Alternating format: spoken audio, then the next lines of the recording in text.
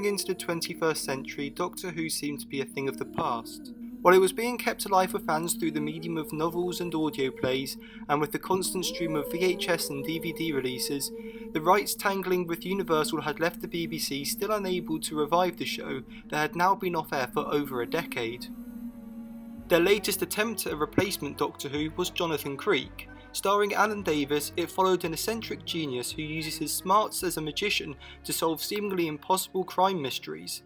He lives in an outdated wooden structure, that being a windmill, and is joined by a series of young female companions, the first played by Caroline Quinton and later Julia Swallier, Sheridan Smith and Sarah Alexander. And if you still had any doubts this was meant to be a Doctor Who without the sci-fi, it was created by Verity Lambert. It ran between 1997 and 2004 and had several revivals between 2009 and 2016. While BBV were in their audio production era, their videos went very downhill. In 2000 they produced Cyberon. Cyberon is a copyright-safe Cyberman without the handles, and can turn itself into this liquid. As you can probably tell by looking at it, this was a very poor production that, fortunately, like The Stranger, falls outside Doctor Who canon. In 2001 they produced Do You Have a License to Save This Planet? At half an hour long, this manages to feel painfully long, and has an air of something fans in cosplay have made at home, seemingly being filmed in Bill Bragg's or someone else's house. Its only legitimacy comes in starring McCoy as the Sheboganist, which is a foot doctor, but it's just some random running about in costumes.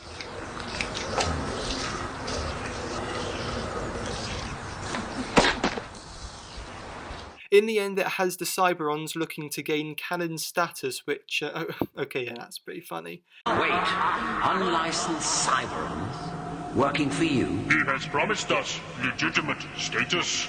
There will be merchandising. But failing in their plan.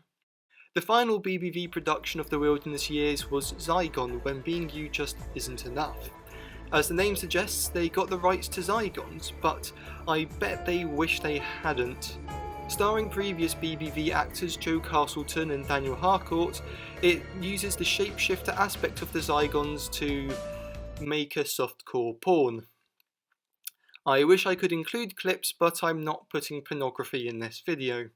The opening shot is of a guy's bollocks, and it is just full of cringe, such as a scene where two women at work are just randomly comparing breast sizes. In this, humans can be turned into Zygons, and the nurse uses her power to become a guy and have sex with his wife. In the end, it turns out a Zygon is planning to use a machine to destroy the world with a gas. Hey, there's a climate change metaphor in there. And if you're wondering, this is the entire screen time we have of a Zygon. I can play it on repeat, it's all there is. Once made, they realised it was such an embarrassingly bad production that despite being filmed in 2003, it wasn't released until 2008. BBV went quiet after this. Their reputation was tarnished by their cease and desist order, but also it came out that they hadn't actually been paying their contributors. This must be an explanation of how their productions were so viable. They wouldn't make another video until 2015's Probe When to Die, which recast the deceased Caroline John with, this person. No one watched it and they didn't try another. Now all they make is a Probe video series, which basically consists of Bill Braggs on his own talking to a camera. In January 2001, however, Big Finish did what many had thought impossible. When they started, people in their higher fandom, if you will, weren't too keen, as they thought they could only make audios with past Doctors, nothing new to contribute to the show. Well, all that changed. They managed to sign on Paul McGann. The big Hollywood actor, on his first day of recording, he got an escape call from his agent, like he was on a blind date, but he actually declined, saying he was really enjoying being there. Other than an audiobook, Earth and Beyond, this was his first go at the role since the movie had been cancelled, and he really proved the potential that he had that we had missed. To mark this, Big Finish gave the new Doctor a new opening theme composed by David Arnold.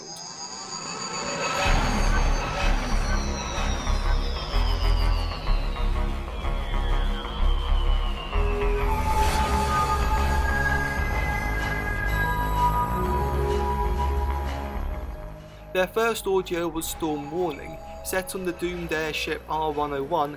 It's a pretty simple but effective story of an airship getting caught up in a time storm and the Doctor having to ensure the disaster happens at a fixed point in time. However, he saves Charlie Pollard, an upper-class girl who's stowed away on the ship looking for adventure. Well, I do declare, you might just be the oddest man I've ever met. You know, that's just what the Empress Alexandra said soon after.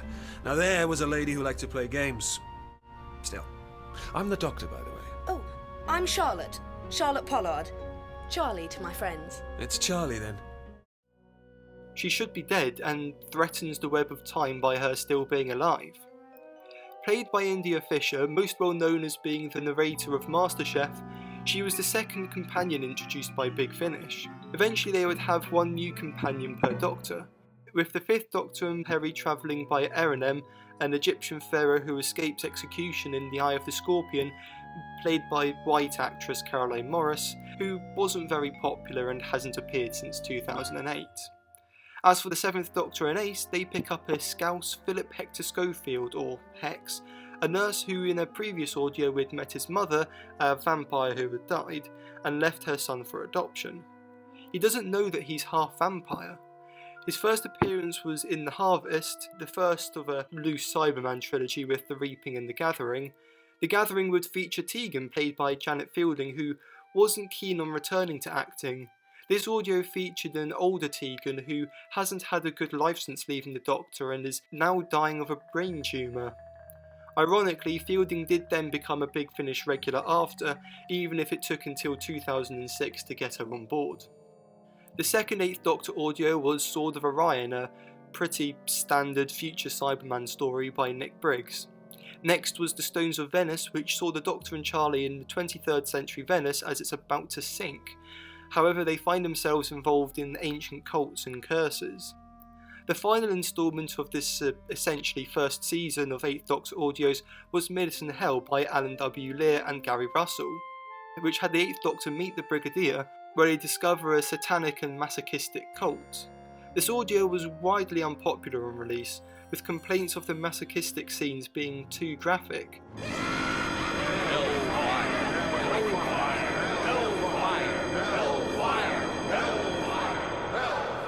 But when you can look past that, it's not too bad of a story. And there's an interesting plot point where a man played by Nick Briggs believes himself to be the Doctor, having had his mind melded with AIDS. But this leads us to think that maybe this could be the Nick Briggs lookalike 9th Doctor that had started making comic appearances. After these 4, the Big Finish monthly range returned to a mixture of 5th, 6th and 7th Doctor audios, with these seasons of 8th Doctor audios becoming an annual occurrence. Later in 2001 there was Lupus Garou, which saw the 5th Doctor and Turlo facing werewolves in Rio de Janeiro, Dust Breeding, a 7th Doctor audio that, plot twist, marked the first appearance of the Master, Blood Tide with the 6th Doctor and Evelyn finding Silurians along with Darwin's Beagle Voyage. Six and Evelyn appeared again in Project Twilight, the first of a vampire trilogy, with an underworld of vampires who are being exterminated by the secret organisation The Forge, led by Nimrod. The Eye of the Scorpion, with the 5th Doctor and Peri meeting Erenem in ancient Egypt. Colditz, with the 7th Doctor and Ace being held in the Nazi prison. This audio featured Elizabeth Klein, who would appear again later. Primeval saw the Doctor have to take Nyssa back to Traken in her history to find a cure for her, and the One Doctor saw the 6th Doctor come across a conman pretending to be him. The second season of 8th Doctor audios started with Invaders from Mars by Mark Gatiss. This saw an alien invasion taking place during the Orson Welles' War of the Worlds broadcast, and to be honest it's a bit dull, with the American accents making it hard to follow on audio. Then was The Chimes of Midnight by Robert Sherman. Widely regarded as one of the best ever Big Finish audios, the 8th Doctor and Charlie find themselves in an Edwardian house where every hour on the chime of the clock someone is killed, except things keep being reset, including the dead coming back to life. The grandfather clock. It's the ticking of that clock. It's impossible. Spoilers, eventually they realise that they're in a paradox being caused by an alien who's one of them feasting off the goings on. But Charlie discovers that the scullery maid who keeps dying, Edith, was her old maid, and after having learnt that Charlie, the only person that had ever been nice to her, had died, she herself had committed suicide. If you're alive, does that mean I can stay alive too? Of course! Please, Edith, choose to live as well. Edith, please, put down the knife. Doctor, stop her! Will you remember me, Charlie? Of course I'll remember you. You'll think of me on your alien worlds. You'll think of Edith. I promise. Then I'll still make a difference, won't I? No! I will not kill myself. However bad it might be, however lonely I might get, I choose to live. No! This audio is one of the sheer essentials of Big Finish, and if you're going to listen to any, this must be one of them. Then was Seasons of Fear, a time-split story that I quite enjoyed with a plot twist appearance of the Daemon. And then Embrace the Darkness, an eerie story where the crew of a space mission are being enveloped by darkness as they're under attack by a mysterious force. The 8th Doctor then finally faced the Daleks in The Time of the Daleks, set in the near future with the crumbling economy, it's not really a great political message, and also some stuff to do with Shakespeare. This is a weak entry for the Dalek appearances. Then was Netherland. When the Time Lords execute someone, they are erased from time, which of course means that no one even knows that there's been an execution. So as far as President Romana knows, no such punishment has ever been given, except they all end up in this parallel universe called Netherland, and there are thousands of Time Lord spirits there. Romana, the Doctor and Charlie find themselves there, and come across parts of long forgotten Time Lord history. It has been a time beyond measure. Here, alone in the cold, adrift and aloof from my people, my home. Once, my name was hailed and feared in equal measure by friends and enemies alike. Including the mysterious origins of the nursery rhyme Zagreus. Zagreus sits inside your head. Zagreus lives among the dead. Zagreus sees you in your bed and eats you when you're sleeping. This then ended on the cliffhanger that would lead into the 40th anniversary. Back to the 5th Doctor, and the next audio was Spare Parts, which dealt with the origin of the Cybermen on Mondas. By Mark Platt, this was a dark story showing the decaying society slowly moving towards the inevitable as people slowly developed more and more into Cybermen. You ever thought of a new career as a donor, Doctor? It can be very lucrative. It's a predominantly dark story that really uses the idea of Cybermen to their fullest, even if they're not featured in it that much. Committee, please. Told you. Remarkable. Unlike, but not unlike. And with a processed armored horse, too. Identify yourself. Civilian movement is forbidden during hours of curfew. With an imposed police state and the reveal that cybermats are in fact converted babies. This is another essential audio to listen to, and attempts to recreate it without decanonising it have paled in comparison. Later in 2002 were Ish, The Rapture, The Sandmen, The Church and the Crown, and the Eurovision-inspired Bang Bang a Boom. Going into 2003 there was Jubilee, another Robert Sherman entry that dealt with there being a single Dalek survivor from a past invasion that's treated as a museum piece. Who are you? I heard you cry out in pain. Can I help you? Doctor! Oh no! Doctor! Which gets into philosophical discussions with the Doctor, as the British Empire has descended into full fascism. This scathing portrayal of a capitalistic society with propaganda and assassination is intense, and the Doctor has to fix the timelines to prevent the Dalek invasion, in which he had become the celebrated saviour that led to this route. Have you come to kill me? No! Of course I haven't. Have you come to inflict pain? No! You would do better to keep me ignorant of your intentions. That is what I should do were you my prisoner. Well, I'm not, am I? I'm not. We defeated you, didn't we? Didn't we? Yes. This fan favourite was then followed by a not so fan favourite. Necromantia is an infamous audio featuring Erin M getting sexually assaulted. Peter Davison himself was so disgusted by this story that he demanded that if Austin Atkinson ever wrote for Big Finish again, he would refuse to work for them. As such, he hasn't, and the only contribution he's done to Doctor Who since has been directing the animation of the Reign of Terror. Yeah. Needless to say, Necromantia is widely regarded as the worst of the Big Finish audios. Skipping over the Dark Flame, we come to Doctor Who and the Pirates. The Doctor and Even visit one of her students, Sally, and start telling her a fun story of them meeting pirates. It's just a regular fun pirate story of infighting and looking for treasure and hiding in a barrel, and one of the cliffhangers is literally just the Doctor is about to start singing. Oh no, you are going to sing. Well, yes, I am. I am the very model of a Gallifreyan buccaneer. I've information on all things a Gallifreyan holds, monsieur. I've linked it to the matrix through its excitonic circuitry. I understand dimensional and relative chronometry. But what Sally doesn't understand is why they've come and why they're telling her this. It turns out that the next morning, Even had received her suicide note, and they had come back in time to try and stop her, to cheer her up, and with a story about pirates. And through this, they make her realise that she shouldn't blame herself and that there are good people that care for her, and the next morning she steps outside with a new look on life. Skipping Creatures of Beauty, there's Project Lazarus, the second in the Vampire trilogy, which interestingly features the 6th and 7th Doctors, but in the two halves of the story. But more interesting was the following Flip Flop, which tells two different stories, one with a happy and one with a sad ending, depending on which of the two discs you play first. Then, heading into the 40th anniversary, we have a trilogy, the 5th Doctor and Omega, the 6th Doctor and Davros, and the 7th Doctor and the Master. Each of these explores the villainous characters and their origins in depth. Master features the Doctor and Master in an old house where he's being cared for as a burn victim, and no one believed that this man could be evil, and the Doctor and Master discuss their friend at the Time Lord Academy, who they accidentally killed as children.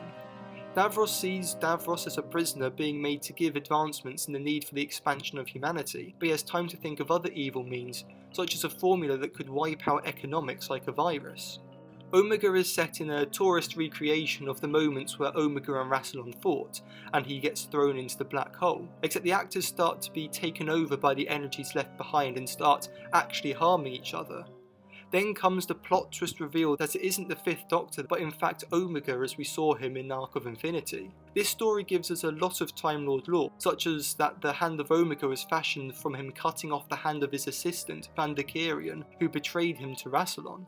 Then came the main 40th anniversary special, Zagreus. The 8th Doctor and Charlie are lost in a weird universe after the events of Neverland. It features the previous Doctors, but not as themselves. The 5th Doctor appears as a priest, 6 as a Time Lord, and 7 as the manager of a failing amusement park.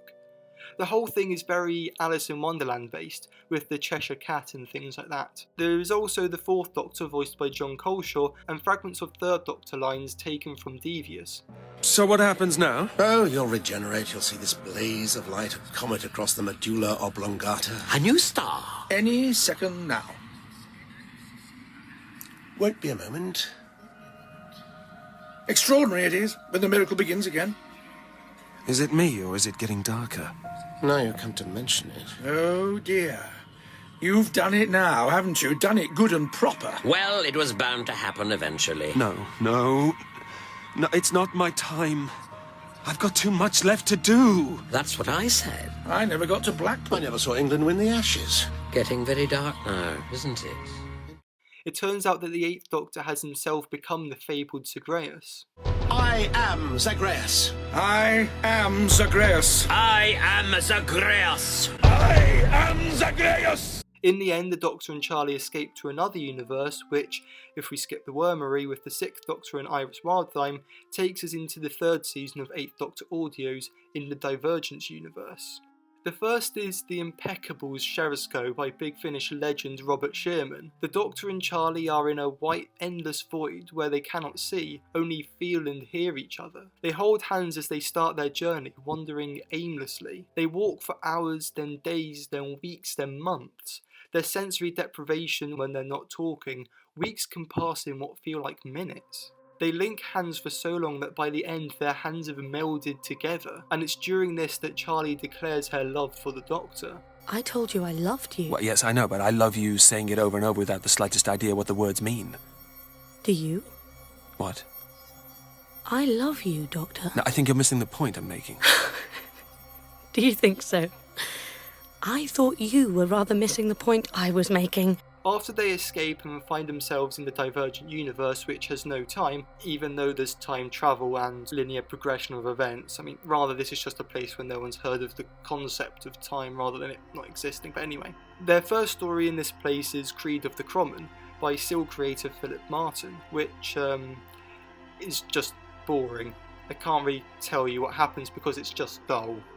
They meet Keres, an alien who can change his skin like a chameleon, played by Conrad Westmass. He becomes the second 8th Doctor companion, and his inclusion is odd. Charlie doesn't want him there because he third wheels her and the Doctor's relationship, and she doesn't trust him. The Doctor seems indifferent to him being there, and he's only really there because he's got nothing else to do after killing his wife to save her from a religious sacrifice. Next was The Natural History of Fear by Jim Mortimer. The Doctor, Charlie and Keres seem to have become people in this alien society with a revolution going on, and the Doctor is a cruel general, but their memories from before are bleeding through, and there seems to be this spinning top. Might it have the key to their personalities in it? In the end, it's revealed, that spoilers by the way, that they are not actually the trio, but by opening the spinning top before had their personalities imprinted on them. They are in fact a species of 8-legged insect-like creatures, a great plot twist making use of the audio-only medium. Then was the final instalment of this season for a bit, The Twilight Kingdom, which saw them come across a military expedition in the jungle, and it really isn't that interesting. Through 2004 there was Axis of Insanity set in a mental asylum, Arrangements for War in which Evelyn had to leave and got married due to a heart condition, however she would continue to make the odd appearance. The Harvest, where the 7th Doctor and Ace met Hex in a hospital in 2003, where people are being made into Cybermen. The Roof of the World, with the 5th Doctor, Perry and Erin M going to a cricket game in the Himalayas, and Medicinal Purposes, with the 6th Doctor meeting the Body Snatchers Burke and Hare, and features David Tennant. We're then back to the Divergent Universe series with Faith Stealer, where there's a big collective of the universe's religions, but something is feasting upon people's faith. The Last, where a planet has been destroyed by nuclear war, but the last survivors refuse to accept that there isn't still an enemy to destroy, and Kedoria, where the Doctor is split into 2 versions of himself with differing personalities. These 3 aren't all that interesting, and then the Divergent series ends with The Next Life. In it, the Doctor travels with an explorer, Perfection, played by Daphne Ashbrook, and the travellers find themselves in a deadly game, and come across who's been pulling the strings the whole time they've been in this universe, a projection of Rassilon. They manage to trick him and trap him with his servant Croker in the Shadowsco world. At this point we get into 2005, and it's probably a good point to end the summary as we get outside of the Wilderness era. There would still be some experimental Big Finish audios such as Live 34, where the entire story is told as a radio broadcast through which the 7th Doctor holds a revolution. The 7th Doctor would briefly travel with Elizabeth Klein, a relic from an alternate timeline, as he tries to make her into a good person. However, he can't shake the Nazism and has to admit defeat. The monthly series would continue until 2021, where it's then ended with the 275th audio, The End of the Beginning, by which point it had the world record for the longest ever audio series. After the Divergent Universe stories, the 8th Doctor, Charlie and Keres' adventures would become spread out. Other than Terra Firma, with them facing Davros and discovering forgotten 8th Doctor companions, Samson and Gemma, there's no real highlights. After Scaredy Cats, Other Lives, Time Works, Something Inside, Memory Lane and Absolution, the series of 8th Doctor audios ended in 2007 with The Girl Who Never Was, with Charlie leaving and starting adventures with the 6th Doctor. In 2007, the 8th Doctor got his own separate spin-off series with Sheridan Smith as Lucy Miller that was broadcast on Radio 3, though he did return for a brief run of main range audios with Mary Shelley as the companion.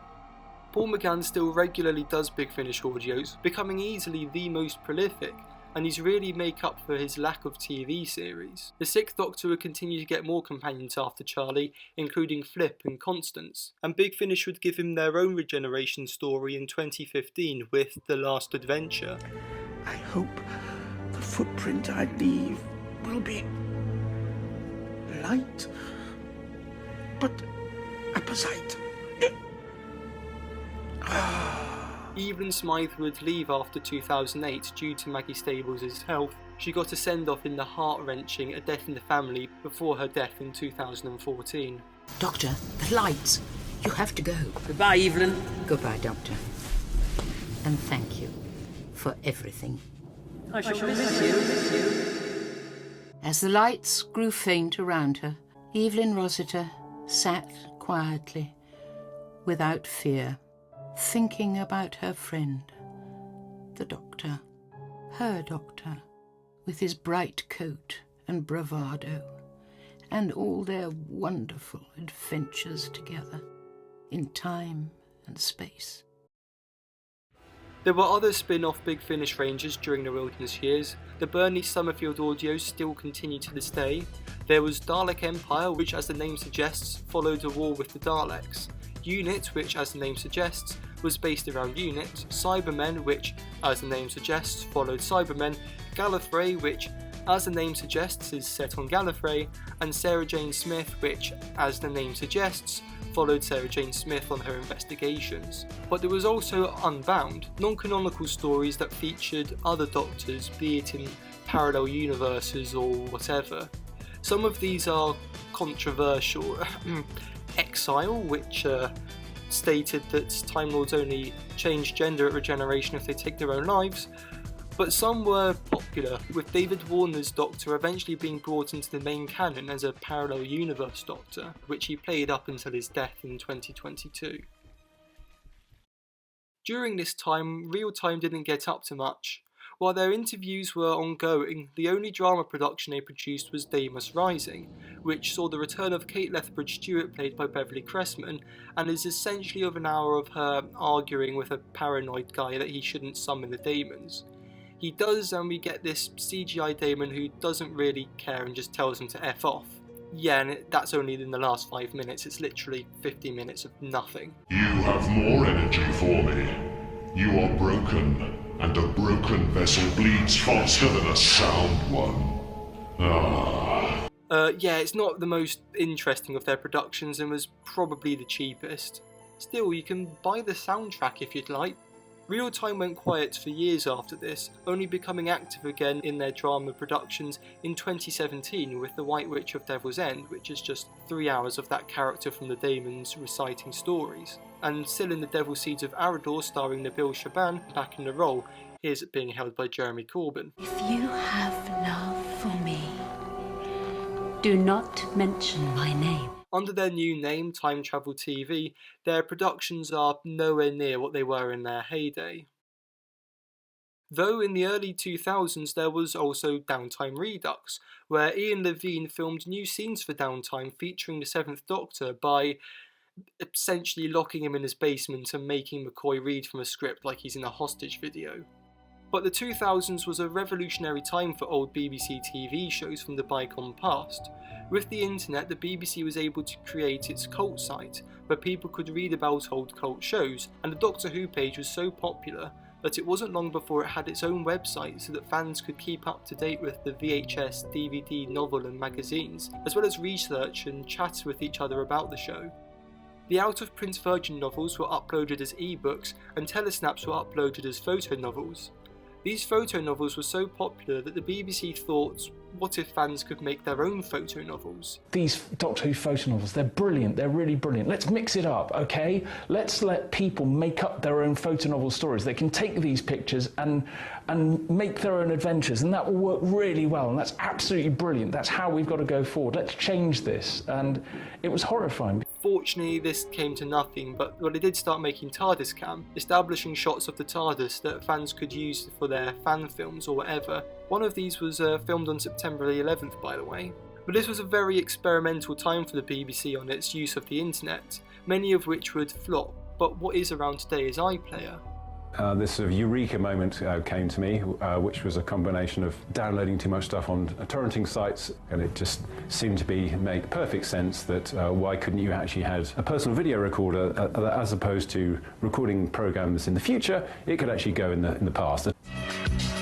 downloaded shows appear in a media library, and all content is copy protected using digital rights management, so 7 days after broadcast it can no longer be viewed. And it can even be used with portable devices like PDAs or the latest mobile phones. But that didn't come around until 2007, though of course there had to be a precursor.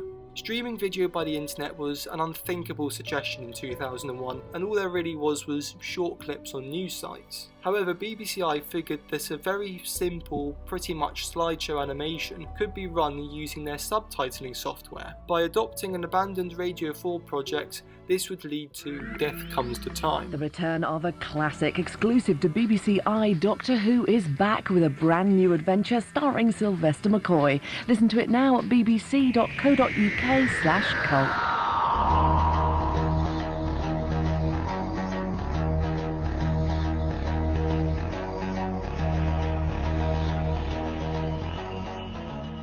I like that Speedwell fella, but that planet wasn't anything like you described. Oh, are these the images from the telescope? Yes. I quite like them. But what are they? Black holes. What's a black stars? Painfully simple animation, even this was a struggle for 2001 internet. The image was the size of a postage stamp, the audio was like it was underwater, and even then it kept crashing or worse, cutting off when someone picked up the phone.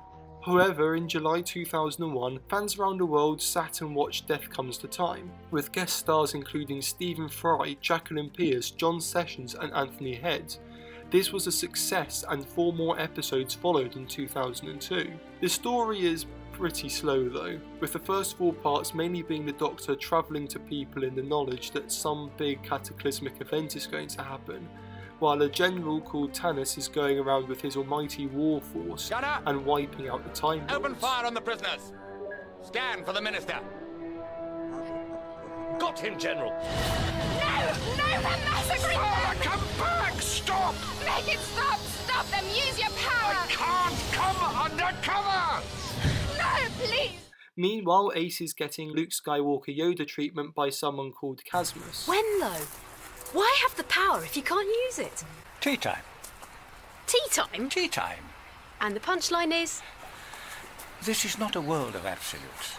It is a world of approximation. It is a moving stream. You must swim merely to keep still. There is the crux.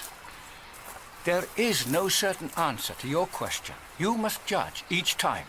This is the subtle line we walk. In the end, Tanis' war fleet is defeated by the Brigadier and Tony Blair.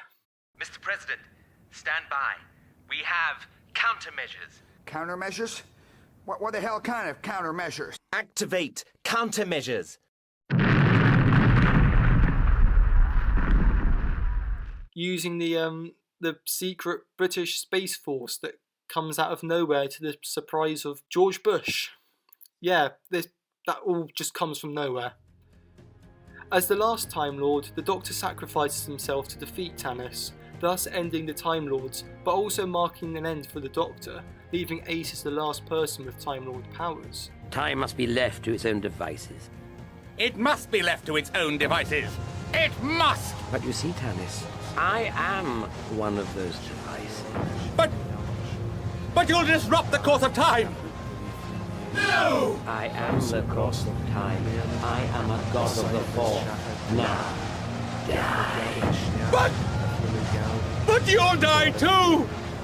You'll die too! I've been dead before.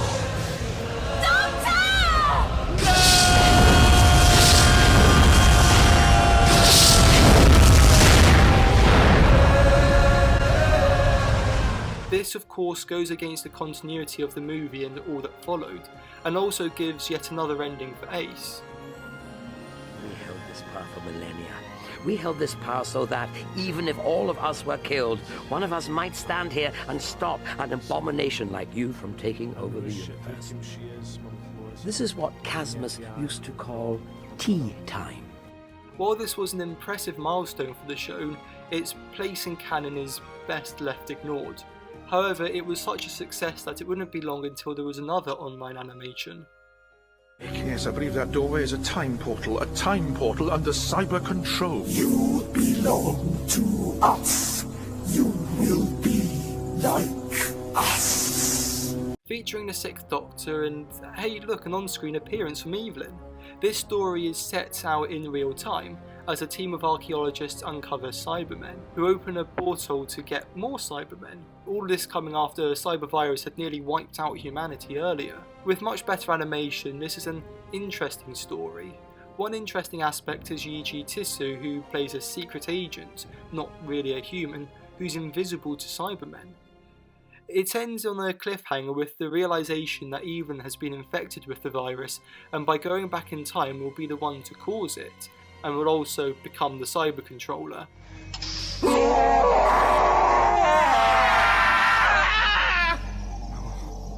No, it can't be. Evelyn. Destroy!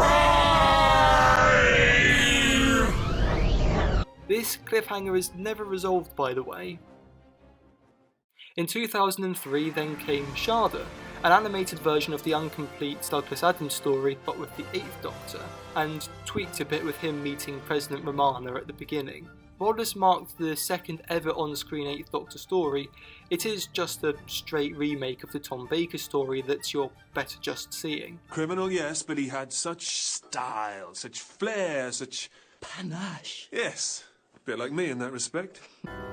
Shada. Do you know the name? Shada. No, you? Doesn't mean anything to me.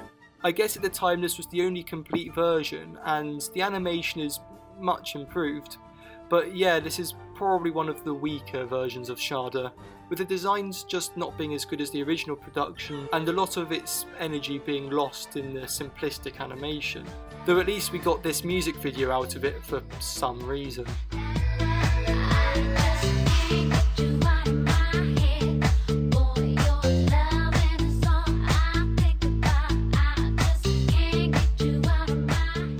With 3 made and them still proving popular, so much so that they would pave the way to the creation of iPlayer, it was only a matter of time before the idea of using these online animations to revive the show would be put forward. And in 2003, in time for the 40th anniversary, it was.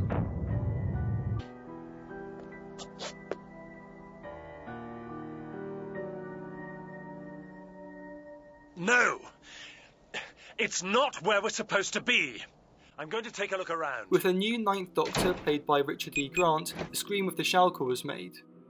As well as a Hollywood star in the lead, it also had Sir Derek Jacobi as the Master, and recent Oscar nominee Sophie Okonedo. There was also a rising star who was recording in the next room who managed to talk them into giving a cameo called David Tennant. Get off the fence! Get off the fence! Get away! Stop me! Get off the fence! Stop me!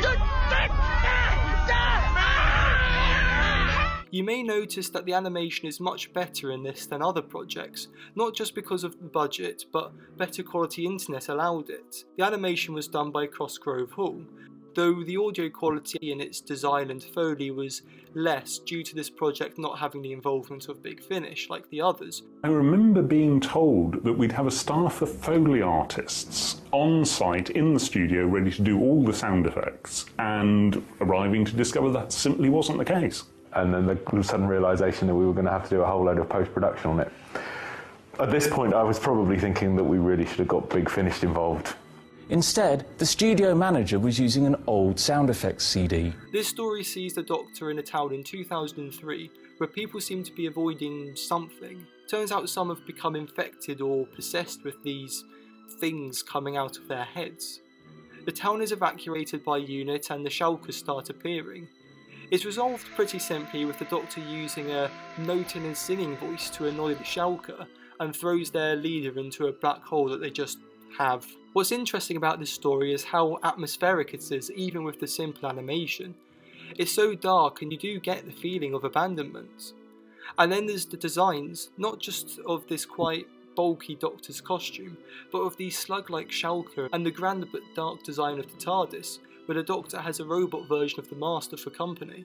Frankly, this very well could have been part of the show's main canon had it had any continuation.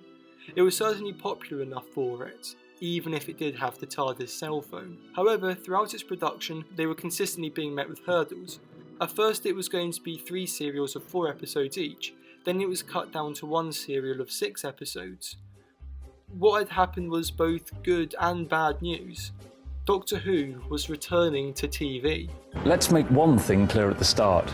If we'd ever thought that the BBC was bringing Doctor Who back to television, then we'd never have made Scream of the Shalka.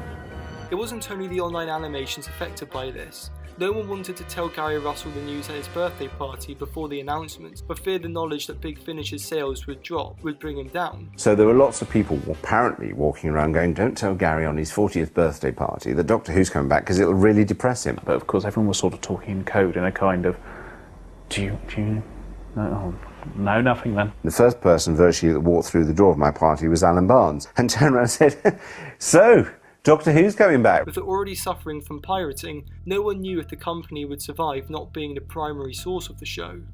The 8th Doctor novels would also have to end, with its last release being the Gallifrey Chronicles in June 2005, and the last Past Doctor's novel being Atom Bomb Blues in December, giving Cartmel one last go at the 7th Doctor knowing more than he lets on.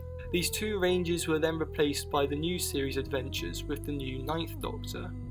With the events of the revived show, it's difficult to see how the EDAs could fit in, and given the choice between Big Finish audios and the BBC novels, in 2013 the show made its choice which to canonise. Charlie, Carers, Lucy, Tamsin, Molly, friends, companions I've known, I salute you. Scream of the Shalka was then of course buried by this announcement only months before its release. On the Doctor Who magazine cover about Richard E. Grant being the new Doctor, you can see the last minute added sticker announcing the show's return, if you can't tell Doctor Who magazine hadn't been informed in advance. But how did this happen? Going into the 2000s, Doctor Who was being treated as a bygone thing that was an easy punching bag for comedians. Their camp, they exterminate, never watch your backs, it's the gay darlings. It's time for another adventure with the shirt-lifting Pepperpots as they ram their way into Saturn's ring in their planet-hopping toilet, the Turdus. I am Formosi, from the planet Fomas. Our enemies are the Argolans, who we once had a 20-minute nuclear war with. And our hobbies are assassination, betting on assassination, and also water sculpture. But in 2000, the BFI's poll of top TV shows put Doctor Who third, behind Fawlty Towers and Cathy Come Home. In fact, only days before the announcement came, a Radio Times poll of 12,000 people found that 31% said they'd most want to see Doctor Who return to their screens. In fact, throughout the 2000s, there had been discussions made between Jane Tranter, the head of BBC Drama, and Russell T Davies, the author of Damaged Goods, who had recently come to prominence after creating the hit series Queer as Folk. Mal Young always wanted Doctor Who to come back. He was one of its greatest champions. I think I said, do you want to talk about stuff? And I said, well, let's talk about Doctor Who. And it was quite a good, concrete conversation. So I said, do you know there might be a problem with the rights with Universal? No, they went, we're the BBC, we can do anything. And then about 2 weeks later, my agent got a phone call from the BBC saying, oh, we've just discovered that the rights aren't available. So I said, if I'm going to do science fiction with the BBC, then I want to do Doctor Who. So I've got Casualty going really well on Saturday night. What else can I do to add audience at the same time as I was coming up the other track with Doctor Who? And it just meshed. And so I think that we're coming to the point where, you know, it will be a good idea to make Doctor Who. I went to the press launch of Linda Green in Manchester. So Jane Tranter was there. She was head of drama, or control of drama. And I had never met Russell before.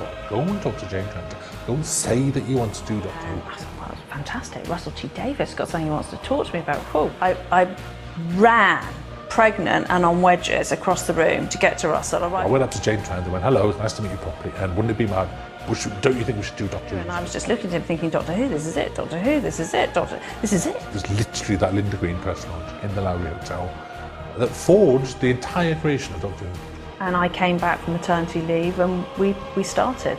But about, I think, a year later, or a year and a half, that's when the phone call came. To say that people rolled their eyes was an understatement. But they won't have the money for it. and I bet it's going to be on BBC Three. I literally had this, I bet it's going to be BBC Three at 9 o'clock. And there's really no drama coming from Wales at all. Julie went for an interview to be head of BBC Wales, so she met Jane Transit for the first time. We want you to be head of BBC Wales, and we want you to get Russell and make Doctor Who. Both. I mean, Julie Gardner is the most brilliant enthusiast in the entire world. And would love anything. They weren't exactly leaping up and down at Worldwide. It was like everything we did was the antithesis of cool. And he said, could we not do it? Were we able to stop? And I said, well, no. You love it. It's never going to be the success that you want it to be. God, it's a miracle it ever got made. And thus, on the 26th of September 2003, Doctor Who fans heard the news they had been waiting 7 years for. Doctor Who would return to their screens on BBC One in 2005. On top of the Scream of the Shalka and Zagreus, the 40th anniversary was marked with an At 40 weekend on Gold, and the Weakest Link segment on Children in Need, as well as a Top Gear segment and a documentary, The Story of Doctor Who. And the DVD range was kicked up a notch with a new edit of The Curse of Fenric and this limited version of The Three Doctors. But now fans were able to celebrate with the knowledge that the show they loved would be returning, and it would be stronger than ever. While the Wilderness years are full of oddities and embarrassments and dead ends, it is the era of the show that proved Doctor Who would be immortal. Even years after it had not been on air, there were books, magazines, comics, conventions, VHSs, licensed videos, audio plays, DVDs, animations, and constant negotiations for a revival, which did happen 3 times. There are some aspects that fans will try to cover up or ignore, but it's important to recognise that the shape the show is in now was very much created by the Wilderness years. A romantic Doctor who kisses his companions and is key within a Time Lord society is the model that the show used for the revival. The darker and more manipulative Doctor of the Virgin Adventures can also be seen. He never raised his voice. That was the worst thing. The fury of the Time Lord. And let's not forget that Human Nature was straight adapted in 2007, as would the Big Finish audio Jubilee into Dalek. Big Finish of course is still around to this day and has produced over 1,000 Doctor Who audio plays, becoming the UK's biggest audio production company. And Doctor Who magazine is still in publication and still running its comics, and the number of writers who would work on the show after it came back: Russell T Davies, Stephen Moffat, Paul Cornell, Robert Shearman, Mark Gatiss, Matt Jones, Gareth Roberts, Gary Russell, Nick Briggs. All of this work was being done solely by passionate fans desperate to keep the show they loved alive, and that they did, and more. The story of the Wilderness years of Doctor Who is one full of ups and downs and bits going sideways, but in the end it allowed us to be able to enjoy Doctor Who today and tomorrow and forever, and it gave us the first non-white and openly LGBT companions. It gave us a period of creativity and experimentalism that no other franchise has ever experienced, finding its way into every possible medium in its fight for survival. People say that the key to Doctor Who's success is its ability to evolve. Well, here it is. It's because of these new ideas and talent and experiments that meant that when Doctor Who returned to TV, it would be the greatest thing ever put to our screens. Rob! I'm the last of the Time Lords. I am definitely a madman with a box. I am an idiot! Oh, brilliant. I'm the Doctor.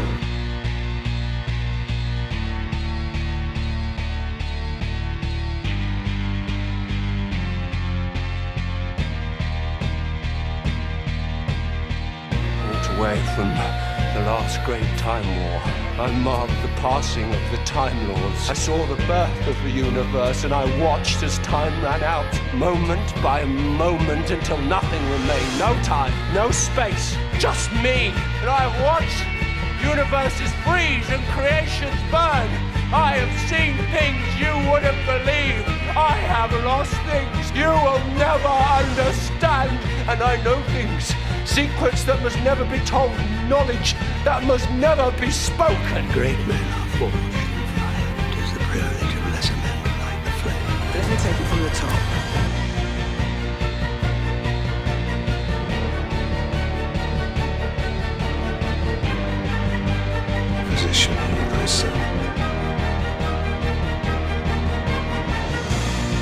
you like a jelly baby? So come on then!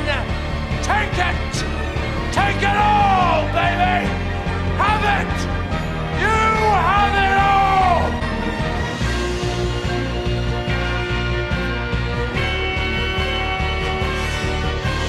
Our conspirators, darlings from Tarans, Cybermen. They're still in the nursery compared to us. One day, I shall come back. Yes, I shall come back. Until then, there must be no regrets, no tears, no anxiety. Just go forward in all your belief and prove to me that I am not mistaken in mine. And I really, really hope you have enjoyed these videos.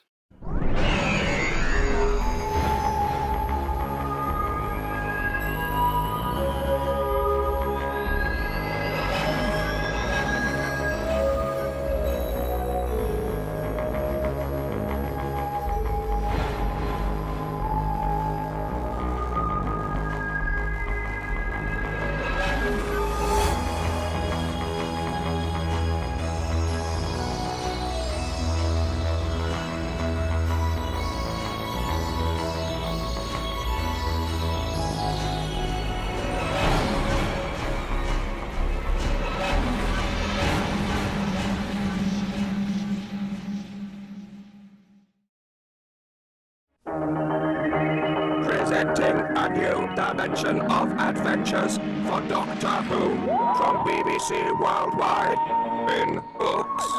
Interesting stuff, isn't it? And on video. And on audio. Right, fire away, I'm ready. For his many fans.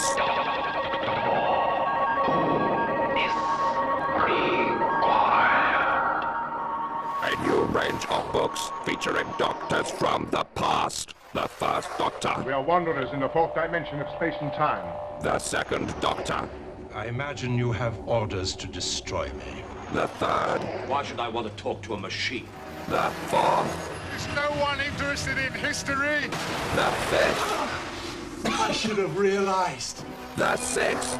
This looks familiar. And the seventh Doctor. What's the time? Time for a new range of novels featuring the eighth Doctor. Encountering many foes and friends from the past. And who knows what lurks around the corner. Hello. On audio. And on video.